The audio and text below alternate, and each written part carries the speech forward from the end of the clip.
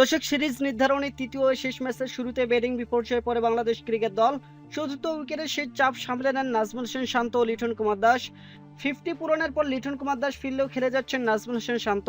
দর্শক ইতোমধ্যে সেঞ্চুরি পূরণ করেছেন তিনি। আর এরই মাঝে 200 ছাড়িয়ে গেছে স্বাগতিকরা। আগের ম্যাচে 50 করেছিলেন নাজমুল হোসেন শান্ত, আর এবার সেঞ্চুরি তুলে নিলেন এই ব্যাটার। দর্শক দারুণ খেলে ওয়ানডে ক্যারিয়ারের চতুর্থ সেঞ্চুরি হাঁকিয়েছেন বাঁহাতি এই ব্যাটার। দর্শক চট্টগ্রামে টসে জিতে বাংলাদেশকে ব্যাট করার আমন্ত্রণ জানায় নিউজিল্যান্ডের অধিনায়ক টম লাথাম। ব্যাট করতে নেমে ইনিংসের দ্বিতীয় ওভারে সাজঘরে পথ ধরেন ওপেনার সাইফ হাসান।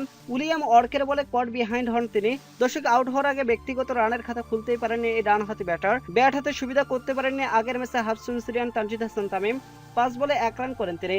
9 রানে 2 উইকেট হারানো দলের হাল ধরার চেষ্টা করেন নাজমুল হোসেন শান্ত ও শুম্ব সরকার, কিন্তু এই জুটিটাও বেশিক্ষণ স্থায়ী হতে পারেনি। দর্শক 26 বলে 18 রান করে আউট হন শুম্ব সরকার। চতুর্থ উইকেটে দলের হাল ধরেন নাজমুল হোসেন শান্ত ও লিটন কুমার দাস। শুরুতে দেখে শুনে ব্যাট করতে থাকলেও আস্তে আস্তে কিউ বোলারদের ওপর চড়াও হতে থাকেন তারা। দর্শক তাতে বাড়তে থাকে বাংলাদেশের ইনিংস। জুডিতে 2 মিলে তোলেন 160 রান। তাতেই ভালো সংগ্রহের ভিত গড়েছে টাইগাররা।